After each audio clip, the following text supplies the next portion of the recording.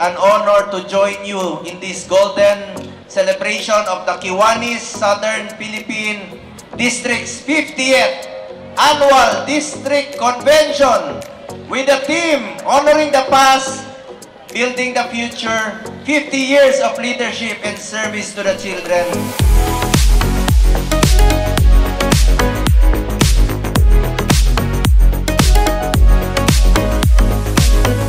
Bigyan po natin ng pagpupugay ang ating mga teachers. Malaki po ang ating utang na loob sa ating mga guro.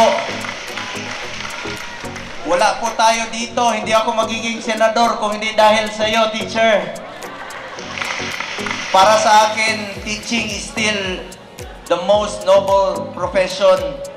Daghang salamat sa iyo. Malaking bahagi po kayo ng buhay naming mga estudyante noon. Malaki ang papel ng mga guro sa paghubog ng ating mga kabataan upang maging produktibong miyembro po ng ating bayan.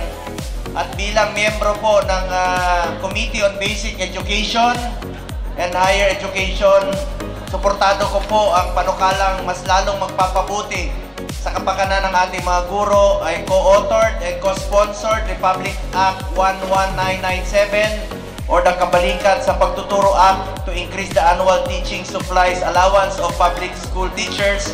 At nag-file din po ako ngayon ng Senate Bill 410 mandating DepEd to provide monthly additional allowances.